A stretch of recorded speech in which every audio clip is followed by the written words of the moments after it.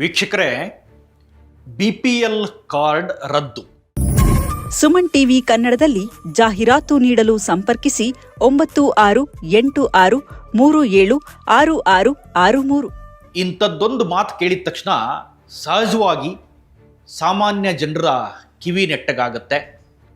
ಎಲ್ಲಿ ನಮ್ಮ ಕಾರ್ಡ್ ಕೂಡ ಹೋಗ್ಬಿಡುತ್ತೋ, ನಮಗೂ ಕೂಡ ಸರ್ಕಾರದಿಂದ ಸಿಗಬೇಕಾದ ಸೌಲಭ್ಯಗಳು ಸಿಗಲ್ವೋ, ಯಾರ್ಯಾರ ಕಾರ್ಡು ರದ್ದಾಗುತ್ತೆ, ಹೀಗೆ ಜನಸಾಮಾನ್ಯರಲ್ಲಿ ಅಥವಾ ಬಡವರ್ಗದಲ್ಲಿ ಸಾಕಷ್ಟು ಗೊಂದಲಗಳಿದ್ದಾವೆ. ಕಾರ್ಡನ್ನು ಯಾವ ಮಾನದಂಡವನ್ನು ಇಟ್ಕೊಂಡು ಕಾರ್ಡ್ ರದ್ದು ಮಾಡ್ತಾರೆ, BPL ಕಾರ್ಡನ್ನು ರದ್ದು ಮಾಡೋದಕ್ಕೆ ಏನೇನು ಮಾನದಂಡಗಳನ್ನು ಸರ್ಕಾರ ಪಾಲಿಸ್ತಾ ಇದೆ, ಅದು ಅಲ್ಲದೆ ಕೆಲವಷ್ಟು ಜನ ಕೂಡ ಮಾತಾಡ್ತಾ ಹೇಳ್ತಾ ಇದ್ರು, ಅರ್ಹತೆ ಇದ್ದದ್ದಾಗಿಯೂ ತಮ್ಮ ಕಾರ್ಡ್ಗಳು ರದ್ದಾಗ್ಬಿಡ್ತಾವ, ಅಥವಾ ಜನರಿಗೊಂದು ಕ್ಲಾರಿಟಿ ಇರಲಿಲ್ಲ. BPL ಕಾರ್ಡ್ ರದ್ದು ಮಾಡಬೇಕಾದ್ರೆ ಏನೇನು ಮಾನದಂಡಗಳನ್ನು ಪಾಲಿಸ್ತಾರೆ, ಒಂದು ವೇಳೆ ಆ ಮಾನದಂಡಗಳು ಈಗಾಗಲೇ ಫಿಕ್ಸ್ ಆಗಿದ್ರೂ ಕೂಡ ಅದರಲ್ಲೂ ಕೂಡ ಕೆಲವಷ್ಟು ಲೋಪಗಳಿರೋದು ನಿಮ್ಗೆ ಗೊತ್ತೇ ಇದೆ. ಸೊ ಈಗ ಇದೇ ವಿಚಾರ ಮತ್ತೆ ಚರ್ಚೆಗೆ ಬಂದಿದೆ. ಸುಮಾರು 14 ಲಕ್ಷ BPL ಕಾರ್ಡ್ಗಳು ರದ್ದಾಗ್ತವೆ ಅನ್ನೋದಕ್ಕಿನ್ನು BPLನಿಂದ APLಗೆ ಅವನ್ನು ವರ್ಗಾವಣೆ ಮಾಡ್ತೀವಿ ಅಥವಾ ಬದಲಾಯಿಸ್ತೀವಿ ಅನ್ನೋ ಮಾತನ್ನು ನಮ್ಮ ರಾಜ್ಯದ ಆಹಾರ ಸಚಿವರು ಈ ಮಾಹಿತಿಯನ್ನು ಬಿಚ್ಚಿಡ್ತಾರೆ. ಆಹಾರ ಸಚಿವ KH ಮುನಿಯಪ್ಪ ಅವರೇ ನೀಡಿದಂಥ ಮಾಹಿತಿ ಇದು. 14 ಲಕ್ಷ ಕಾರ್ಡ್ದಾರರನ್ನು ರದ್ದು ಮಾಡ್ತೀವಿ ಅಂತ ಅವರು ಹೇಳಿಲ್ಲ. ಅಂದರೆ BPL ಕಾರ್ಡ್ ರದ್ದಾಗುತ್ತೆ ಅನ್ನೋ ಮಾಹಿತಿಯ ಬದಲಾಗಿ ಸ್ವಲ್ಪ ತಿರುಗಿ ಇದನ್ನು APLಗೆ ಕನ್ವರ್ಟ್ ಮಾಡ್ತೀವಿ. ರಾಜ್ಯದಲ್ಲಿ ಈಗಾಗಲೇ ಅನಧಿಕೃತವಾಗಿ 7 ಲಕ್ಷ BPL ಕಾರ್ಡ್ಗಳಿದ್ದಾವೆ. ಅದನ್ನು ಹಂತ ಹಂತವಾಗಿ ವೆರಿಫೈ ಮಾಡಿ ಅವರನ್ನು APLಗೆ ವರ್ಗಾವಣೆ ಮಾಡಿಬಿಡ್ತೀವಿ ಅನ್ನೋ ಮಾಹಿತಿಯನ್ನು ರಾಜ್ಯದ ಆಹಾರ ಸಚಿವರು ನೀಡಿರುವಂಥದ್ದು. ಯಾಕಾಗಿ ರದ್ದು ಮಾಡ್ತಾರೆ, ಈ ಸಂದರ್ಭದಲ್ಲಿ ಯಾಕೆ ಈಗ ಚರ್ಚೆಗೆ ಬಂತು ಅಂತ ನೋಡಿದರೆ, ಕೇಂದ್ರ ಸರ್ಕಾರ ಒಂದಿಷ್ಟು ಮಾಹಿತಿಯನ್ನು ನೀಡಿದೆಯಂತೆ ರಾಜ್ಯ ಸರ್ಕಾರಕ್ಕೆ. ರಾಜ್ಯದಲ್ಲಿ ಸುಮಾರು 14 ಲಕ್ಷ ಈ ಅನಧಿಕೃತ ಕಾರ್ಡ್ಗಳೇನಿದ್ದಾವೆ, ಈ ಕಾರ್ಡ್ಗಳನ್ನು ನೀವು ಪರಿಷ್ಕರಣೆ ಮಾಡಬೇಕು. ಪರಿಷ್ಕರಣೆ ಮಾಡಿ ಅದನ್ನು ಈಗಿರುವ ಮಾನದಂಡಗಳ ಪ್ರಕಾರ, ಏನೇನು ಮಾನದಂಡಗಳು ಅನ್ನೋದು ನಿಮಗೆ ಕೆಲವೆಲ್ಲ ಗೊತ್ತಿದೆ. ಕಾರು ಇದ್ದರೆ ನಿಮಗೆ BPL ಸೌಲಭ್ಯ ಸಿಗಲ್ಲ, ಅಥವಾ ನಿಮ್ಮ ಹೆಸರಲ್ಲಿ ಮನೆ, ಆಸ್ತಿ, ಜಮೀನು, ಒಂದಿಷ್ಟು ಮಾನದಂಡಗಳನ್ನು ಫಿಕ್ಸ್ ಮಾಡಿದ್ದಾರೆ. ಅದೆಲ್ಲದೂ ಕೂಡ ಇದ್ದರೆ ನಿಮ್ಮ BPL ಕಾರ್ಡ್ ರದ್ದಾಗತ್ತೆ. ನಾನು ಹೇಳಿದೆ, ವ್ಯವಸ್ಥೆಯಲ್ಲೇ ಕೆಲವು ಲೋಪಗಳು ಸಹಜವಾಗಿ ಇಂಥ ವೆರಿಫಿಕೇಷನ್ ಎಲ್ಲ ಮಾಡುವಂಥ ಸಂದರ್ಭದಲ್ಲಿ ಆಗುತ್ತೆ.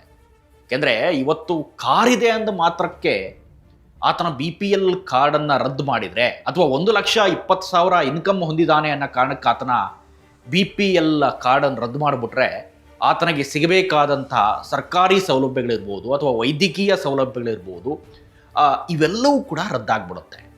ಈಗ ನಮ್ಮಲ್ಲಿ ಇರುವಂಥ ವ್ಯವಸ್ಥೆಯಲ್ಲಿ ಈ ಗ್ಯಾರಂಟಿಗಳ ಸದ್ದು ಜೋರಾಗಿದೆ. ನಿಮಗೆ 5 ಗ್ಯಾರಂಟಿಗಳು ಗೊತ್ತಾ ಇದೆ, ಗೃಹಲಕ್ಷ್ಮಿ, ಗೃಹಜ್ಯೋತಿ, ಅನ್ನಭಾಗ್ಯ, ಇವು ಎಲ್ಲ ಗ್ಯಾರಂಟಿಗಳಿದಾವಲ್ಲ. ಸೊ ಇದಕ್ಕೆ ದೊಡ್ಡ ಪ್ರಮಾಣದಲ್ಲಿ ಹಣ ಹೋಗ್ತಾ ಇದೆ. ಸೊ ಗ್ಯಾರಂಟಿಗಳನ್ನು BPLಗೆ APLಗೆ ಅಂತಲೂ ವರ್ಗಾಯಿಸಿಲ್ಲ.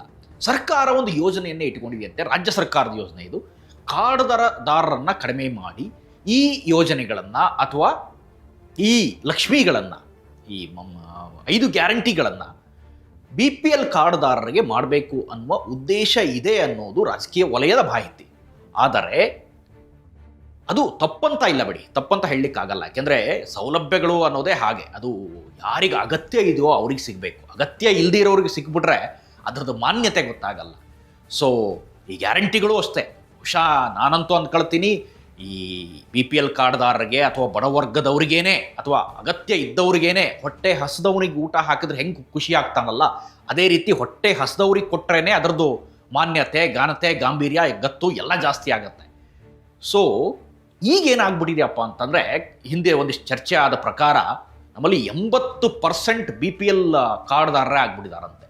ಹೆಂಗೆ ಮಾಡ್ಕೊಂಡಿದ್ದಾರೆ ಕಾರ್ಡು ನೋಡಿದ್ರೆ, ಮಾಡಬೇಕಾದ ಸಂಸ್ಥೆಗಳಿಗೆ ಅಥವಾ ಸರ್ಕಾರಿ ಅಧಿಕಾರಿಗಳಿಗೆ ಲಂಚವನ್ನು ನೀಡಿಯೋ ಅಥವಾ ಪ್ರಭಾವವನ್ನು ಬಳಸಿಯೋ, ಈ ರೀತಿ ಹಲವಾರು ಕಾರ್ಡ್ಗಳು ಈಗ ಅಗತ್ಯ ಇಲ್ಲದಿದ್ದವರು ಕೂಡ ಆ ಕಾರ್ಡ್ಗಳನ್ನು ಬಳಸ್ತಾ ಇದ್ದಾರೆ. ನಿಜಕ್ಕೂ ಅವ್ರಿಗೆ ಅಗತ್ಯ ಇಲ್ಲ. ಇನ್ನು ಎಷ್ಟೋ ಜನರಿಗೆ ಅದರ ಕಾರ್ಡ್ದ ಅಗತ್ಯ ಇದೆ, ಅವ್ರ ಹತ್ರ ಕಾರ್ ಇದೆ ಅನ್ನೋ ಮಾತ್ರಕ್ಕೋ ಅಥವಾ ಒಂದೇನೋ ಸ್ವಲ್ಪ ಇನ್ಕಮ್ ಇದೆ ಅನ್ನೋ ಮಾತ್ರಕ್ಕೂ ಅಥವಾ ಒಂದು ಸ್ವಲ್ಪ ಅವ್ರ ಹೆಸರಲ್ಲಿ ಜಮೀನು ನೀರಾವರಿ ಆಗಿರ್ಬೋದು, ಬರ್ಡ್ ಆಗಿರ್ಬೋದು, ಏನೋ ಗೊತ್ತಿಲ್ಲ, ಸ್ವಲ್ಪ ಜಮೀನಿದೆ ಅನ್ನೋ ಕಾರಣಕ್ಕೆ ಅವ್ರ ಕಾರ್ಡ್ ರದ್ದಾಗ್ಬಿಡುತ್ತೆ, 4 ವೀಲರ್ ಇದೆ ಅನ್ನೋ ಕಾರಣಕ್ಕೆ ಕಾರ್ಡ್ ರದ್ದಾಗ್ಬಿಡುತ್ತೆ. ಇವತ್ತಂತೂ ನಿಮ್ಗೆ ಗೊತ್ತೇ ಇದೆ, ಏನೋ ಒಂದು ಲಕ್ಷ ಇದ್ರೂ ಸಾಕು ನಿಮಗೆ 4 ವೀಲರ್ ನಿಮ್ಗೆ ಸಿಗುತ್ತೆ.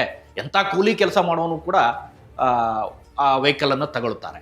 ಆ ವೆಹಿಕಲ್ ಇದೆ ಅಂತ ಒಂದೇ ಒಂದು ಕಾರಣವನ್ನು ಇಟ್ಕೊಂಡು, ಮಾನದಂಡವನ್ನು ಇಟ್ಕೊಂಡು ನಿಮ್ಮ ಕಾರ್ಡ್ ರದ್ದಾಗ್ಬಿಟ್ರೆ ಆತನಿಗೆ ಸಿಗಬೇಕಾದ ಆರೋಗ್ಯ ಸೌಲಭ್ಯ ಅಥವಾ ಸರ್ಕಾರಿ ಸೌಲಭ್ಯಗಳು ಇವೆಲ್ಲವೂ ಕೂಡ ವಂಚಿತ ಆಗ್ಬಿಡ್ತಾರೆ. ಇದೆಲ್ಲದರಿಂದ ಬಹುಶಃ ಈ ಮಾನದಂಡಗಳಲ್ಲೂ ಕೂಡ ಸ್ವಲ್ಪ ವೆರಿಫಿಕೇಷನ್ ಆಗಬೇಕು. ಇವೆಲ್ಲ ಕಾರಿದೆ ಅನ್ನೋ ಮಾತ್ರಕ್ಕೆ ಅವ್ನು ಕಾರ್ಡನ್ನೇ ರದ್ದು ಮಾಡಿಬಿಟ್ರೆ ಕುಟುಂಬವನ್ನು 3-4 ಮಕ್ಕಳು ಈ ರೀತಿ ಹೊಟ್ಟೆ ಹರಿಯೋದು ಕಷ್ಟ ಆಗ್ಬಿಡುತ್ತೆ ಅವರಿಗೆ. ಸೊ ಎಲ್ಲೋ ಒಂದು ಕಡೆ ಅಕ್ಕಿ ಬರ್ತಾ ಇದೆ ಅಥವಾ ಅನ್ನಭಾಗ್ಯದ ಅಕ್ಕಿ, ಈ ರೀತಿ ಸೌಲಭ್ಯಗಳು ಸಿಗಬೇಕಾದ ಸೌಲಭ್ಯಗಳನ್ನು ಸಿಗೋದ್ರಿಂದ ಆತ ವಂಚಿತನಾಗ್ಬಿಡ್ತಾನೆ. ಇವತ್ತು ಸರ್ಕಾರಿ ಆಸ್ಪತ್ರೆಗಳಿಗೆ ಹೋದರೂ ಕೆಲವೊಂದಿಷ್ಟು ಆಸ್ಪತ್ರೆಗಳಲ್ಲಿ ಈ ಕಾರ್ಡ್ದಾರರಿಗೆ ಅಂತಲೇ ಸೌಲಭ್ಯಗಳಿದ್ದಾವೆ. ಆ ಎಲ್ಲ ಸೌಲಭ್ಯಗಳಿಂದ ವಂಚಿತ ಆಗಿಬಿಡ್ತಾರೆ. ಇನ್ನು ಬಡವರಂತೂ ಖಾಸಗಿ ಆಸ್ಪತ್ರೆಗೆ ಹೋಗಿ ಅಲ್ಲಿನ ದರವನ್ನು ಭರಿಸೋದಾಗಲಿ ಅಥವಾ ಅಲ್ಲಿನ ವೈದ್ಯಕೀಯ ವೆಚ್ಚವನ್ನು ಭರಿಸೋದಾಗಲಿ ಖಂಡಿತ ಸಾಧ್ಯ ಇಲ್ಲ. ಯಾಕೆಂದರೆ ಬಡವರ ರಕ್ತವನ್ನು ಹೀರಿಬಿಡ್ತಾವೆ ಇಂಥ ಆಸ್ಪತ್ರೆಗಳು. ಸೊ ಈಗ ಆಹಾರ ಸಚಿವರು ಈ ಮಾತನ್ನು ಎತ್ತಿದ್ದಾರೆ. ಮತ್ತೆ ಕೇಂದ್ರದ ಸೂಚನೆ ಮೇರೆಗೆ 14 ಲಕ್ಷ ಕಾರ್ಡ್ಗಳು ಮತ್ತೆ BPLನಿಂದ APLಗೆ, ಅಂದರೆ ಅನಧಿಕೃತವಾಗಿರುವ 7,000 ಕಾರ್ಡ್ಗಳು ಸೇರ್ತವೆ. ಸೊ ಒಟ್ಟು 14 ಲಕ್ಷ ಕಾರ್ಡ್ದಾರರು ಈಗ BPLನಿಂದ APLಗೆ ವರ್ಗಾವಣೆ ಮಾಡ್ತೀವಿ ಅಥವಾ ನೇರವಾಗಿ ಹೇಳಿಲ್ಲ ಅವರು. ಗೃಹ ಸಚಿವರು ಭಾಳ ಚಾಣಾಕ್ಷ ನಡೆಯನ್ನು ತೋರಿಸಿದ್ದಾರೆ.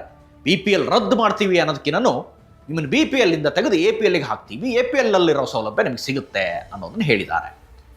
ಇನ್ನೊಂದು ಮಾತನ್ನು ಕೂಡ ಹೇಳ್ತಾರೆ, ಅಧಿಕಾರಿಗಳ ಬೇಜವಾಬ್ದಾರಿ ಇದೆಲ್ಲ ಏನಾದರೂ ಆಗಿ ನಿಮ್ಮ ಕಾರ್ಡ್ ಏನಾದರೂ ರದ್ದಾದರೆ ಅಥವಾ ನಿಜಕ್ಕೂ ನಿಮಗೆ ಸೌಲಭ್ಯ ಸಿಗಬೇಕಾಗಿತ್ತು, APL ಸೌಲಭ್ಯ, ಯಾವುದೋ ಒಂದು ಕಾರಣಕ್ಕೆ ನಿಮ್ಮ ಕಾರ್ಡ್ ರದ್ದಾಗಿದ್ದರೆ ನೀವು ತಹಶೀಲ್ದಾರ್ ಬಳಿ ಹೋಗಿ ನಿಮ್ಮ ಮನವಿಯನ್ನು ಸಲ್ಲಿಸ್ಬೋದು. ನಮಗೆ ಮತ್ತೆ BPL ಅನ್ನು ಯಾವ ಕಾರ್ಡ್ ಕೊಡಬೇಕು ಅನ್ನುವ ನಿಮ್ಮ ಬೇಡಿಕೆಯನ್ನು, ಲೆಟರ್ನ ಸಲ್ಲಿಸ್ಬೋದು ಅಂತ ಹೇಳ್ತಾರೆ. ಸಾಮಾನ್ಯ ಜನ, ದಿನಗೂಲಿ ನೌಕರ ಅಥವಾ ದಿನ ಯಾವುದೋ ಕೂಲಿ ಕೆಲಸಕ್ಕೆ ಹೋಗ್ತಕ್ಕಂಥ ನೌಕರ ಇದನ್ನು ಮಾಡೋದು ಸ್ವಲ್ಪ ಕಷ್ಟದ ಕೆಲಸ ಅಂತ ನನಗನ್ಸುತ್ತೆ. ತಹಶೀಲ್ದಾರ್ಗಳನ್ನು ರೀಚ್ ಮಾಡೋದೇ ಕಷ್ಟ.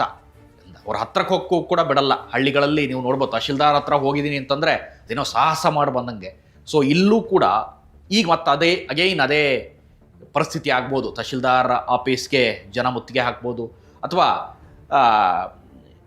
ಕಾರ್ಡ್ ಇದ್ದವ್ರದ್ದು ರದ್ದು ಯಾಕೆ ಮಾಡ್ತೀರಿ ಅನ್ನೋ ಪ್ರಶ್ನೆ ಹೇಳುತ್ತೆ ಈಗ. ಯಾಕೆಂದರೆ ನೀವು ನೀಟಾಗಿ ವೆರಿಫಿಕೇಷನ್ ಮಾಡಬೇಕು. ಅದನ್ನು ಹೊರತುಪಡಿಸಿ ಏನೋ ಕೈತಪ್ಪಿನಿಂದ ಕಣ್ತಪ್ಪಿನಿಂದ ಆಗ್ಬಿಟ್ಟಿದೆ ಅಂತಂದರೆ ಮತ್ತು ಅಗೈನ್ ಇದೇ ಬಡವರ್ಗದ ಜನ ಅಥವಾ ಇದೇ BPL ಕಾರ್ಡ್ದಾರರು ಮತ್ತೆ ಸಮಸ್ಯೆಗೆ ಸಿಕ್ಕಾಕೊಳ್ತಾರೆ.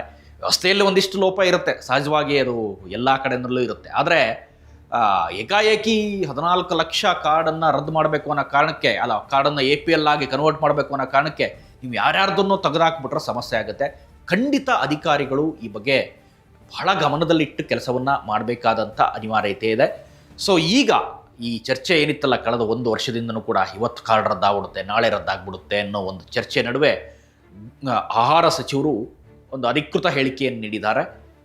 ಇಷ್ಟು ಕಾರ್ಡ್ಗಳನ್ನು ನಾವು BPLನಿಂದ APLಗೆ ವರ್ಗಾವಣೆ ಮಾಡ್ತೀವಿ ಅಥವಾ APLಗೆ ಕಳಿಸ್ತೀವಿ, ಅಂದರೆ ಈ ಕಾರ್ಡ್ಗಳ ಸೌಲಭ್ಯ ನಿಮಗೆ ಸಿಗೋದಿಲ್ಲ ಅನ್ನೋದನ್ನು ಹೇಳಿದ್ದಾರೆ. ಇದು ಒಂದು ಥರದಲ್ಲಿ ಗ್ಯಾರಂಟಿಗಳು ಕೂಡ ಬಂದಾಗುತ್ತೆ ಅನ್ನೋ ಏನು ಚರ್ಚೆ ಇದೆಯಲ್ಲ ನಮ್ಮಲ್ಲಿ, ಅದಕ್ಕೆ ಒಂಥರ ಪೂರಕ ಅನ್ನುವಂತಿದೆ. ಗ್ಯಾರಂಟಿಗಳು ಬಂದಾದರೆ ಕಂಪ್ಲೀಟಾಗಿ ಬಂದ್ ಮಾಡೋದಿಲ್ಲ, ಆದರೆ ಈ ಕಾರ್ಡ್ಗಳನ್ನು ಸಗ್ರಿಗೇಷನ್ ಮಾಡಿ ಕಾರ್ಡ್ಗಳ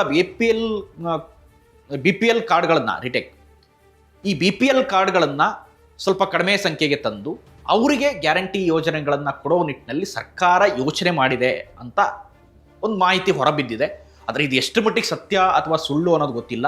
ಒಟ್ಟಾರೆ ಕಾರ್ಡ್ ಈಗ ನಿಮಗೆ APLನಿಂದ BPLಗೆ ಅಥವಾ BPLನಿಂದ APLಗೆ ಆಗೋದಂತೂ ಸತ್ಯ. ಕೆಲವರು APL ಇದ್ದವರು ಕೂಡ ಅವರು ಯಾವುದೋ ಕಾರಣಕ್ಕೆ ಹಿಂದೆ ಮಾಡಿಸಿದ ಕಾರ್ಡ್ ಆಗಿರೋದ್ರಿಂದ BPL ಸೌಲಭ್ಯ ಪಡೆದೇ ಇರ್ಬೋದು, ಅವರಿಗೂ ಇಲ್ಲಿ ಅನುಕೂಲ ಆಗ್ಬೋದು. ಆದರೆ ಈ ಗ್ಯಾರಂಟಿ ಯೋಜನೆಗಳು ಇಷ್ಟೇ ಕಾರ್ಡ್ದಾರಿಗೆ ಸಿಗುತ್ತಾ ಅಥವಾ ಏನೇನು ಸರ್ಕಾರದ ಮಟ್ಟದಲ್ಲಿ ಚರ್ಚೆ ಆಗಿದೆ ಅನ್ನೋದು ಇನ್ನಷ್ಟೇ ಕಾದು ನೋಡಬೇಕು. ಯಾಕಂದರೆ ಮುಖ್ಯಮಂತ್ರಿಗಳು ಹೇಳ್ತಾರೆ ಆ ರೀತಿ ಯಾವುದೇ ಪ್ರಸ್ತಾಪ ಸರ್ಕಾರದ ಮುಂದಿಲ್ಲ ಅಂತಾರೆ. DCM ಹೇಳ್ತಾರೆ ಎಲ್ರಿಗೂ ನಮ್ಮ ಗ್ಯಾರಂಟಿಯನ್ನು ತಲುಪಿಸೋದಕ್ಕೆ ಸಾಧ್ಯ ಆಗಲ್ಲ, ಗ್ಯಾರಂಟಿಯನ್ನು ಕೊಡೋದಕ್ಕೆ ಸಾಧ್ಯ ಆಗಲ್ಲ ಅನ್ನೋ ಮಾತನ್ನು ಹೇಳ್ತಾರೆ. MB ಪಾಟೀಲ್ ಹೇಳ್ತಾರೆ ಗ್ಯಾರಂಟಿಗಳನ್ನು ಜನರಾಗಿಯೇ ಕೈ ಬಿಡಬೇಕು, ಯಾರಿಗೆ ಅಗತ್ಯ ಇಲ್ಲವೋ ಅವರು ಕೈ ಬಿಡಬೇಕು ಅನ್ನೋ ಮಾತನ್ನು ಹೇಳ್ತಾರೆ. ಒಂದಂತೂ ಗೊತ್ತಾಗ್ತಾ ಇದೆ, ಈ ಗ್ಯಾರಂಟಿಗಳಿಂದ ಹಣವನ್ನು ಸರಿದೂಗಿಸೋದು ಎಲ್ಲೋ ಒಂದು ಕಡೆ ಸ್ವಲ್ಪ ಹೆಚ್ಚು ಕಮ್ಮಿ ಆಗ್ತಾ ಇದೆ. ಭಾಳ ದೊಡ್ಡ ಮಟ್ಟದ ಅಂದರೆ ವ್ಯತ್ಯಾಸ ಆಗದಿದ್ರು ಒಂದು ಹಂತಕ್ಕೆ ಅದನ್ನು ಮ್ಯಾನೇಜ್ ಮಾಡೋದು ಕಷ್ಟ ಅಂತ ಸರ್ಕಾರಕ್ಕಂತೂ ಅನಿಸಿದೆ. ಆದರೆ ಈ BPL ಕಾರ್ಡ್ ರದ್ದಾಗೋದ್ರಿಂದ ಎಲ್ಲ ಒಂದು ಕಡೆ ಜನರ ಕಿವಿ ಈಗ ನೆಟ್ಟಗಾಗ್ತಾ ಇದೆ. ನಮ್ಮ ಕಾರ್ಡು ಕೂಡ ಎಲ್ಲಿ ರದ್ದಾಗ್ಬಿಡುತ್ತೋ, ನಾವು ಈ ಸೌಲಭ್ಯ ಪಡೆಯೋದಕ್ಕೆ ಅರ್ಹರಾಗಿದ್ದೀವಿ ಅನ್ನೋದನ್ನು, ಒಂದು ವೇಳೆ ನಿಮ್ಮ ಕಾರ್ಡ್ ಆ ರೀತಿ ರದ್ದಾದರೆ ತಕ್ಷಣಕ್ಕೆ ನೀವು ಹೋಗಿ ಕಾರ್ಡ್ಗಳನ್ನು ಚೆಕ್ ಮಾಡ್ಕೊಳ್ಳಿ. BPL ಕಾರ್ಡ್ ಇದೆಯೋ ಅಥವಾ APL ಕಾರ್ಡ್ ಇದೆಯೋ ಅನ್ನೋದನ್ನು ಸರಿಯಾಗಿ ಚೆಕ್ ಮಾಡಿಕೊಂಡು ನಂತರ ತಹಶೀಲ್ದಾರ್ ಆಫೀಸಲ್ಲಿ ನೀವು ಮನವಿಯನ್ನು ಸಲ್ಲಿಸಿ ಮತ್ತೆ ಅಗೈನ್ ನೀವು ಅದಕ್ಕೆ ಅರ್ಹರಾಗಿದ್ದರೆ BPLನ ಕಾರ್ಡನ್ನು ಪಡಿಬಹುದು ಅನ್ನೋ ಮಾಹಿತಿಯನ್ನು ಸಚಿವರು ನಿಮ್ಮ ಮುಂದಿಟ್ಟಿದ್ದಾರೆ. ಇದಿಷ್ಟು ಈ ಕ್ಷಣದ ಅಪ್ಡೇಟ್ಸ್. ಇಂಥದ್ದೇ ಮತ್ತಷ್ಟು ಕಂಟೆಂಟ್ಗಾಗಿ ನೋಡ್ತಾ ಇರಿ ಸುಮನ್ TV ಕನ್ನಡ. ಹಾಗೆಯೇ ನೀವೇನಾದರೂ ನಮ್ಮ ಚಾನಲನ್ನು ಸಬ್ಸ್ಕ್ರೈಬ್ ಮಾಡಿಲ್ಲ ಅಂತಾದರೆ ಈ ಕೂಡಲೇ ಸಬ್ಸ್ಕ್ರೈಬ್ ಮಾಡಿ, ಶೇರ್ ಮಾಡಿ, ಲೈಕ್ ಮಾಡಿ ಮತ್ತು ಕಮೆಂಟ್ ಮಾಡೋದನ್ನು ಮರಿಬೇಡಿ. Thank you.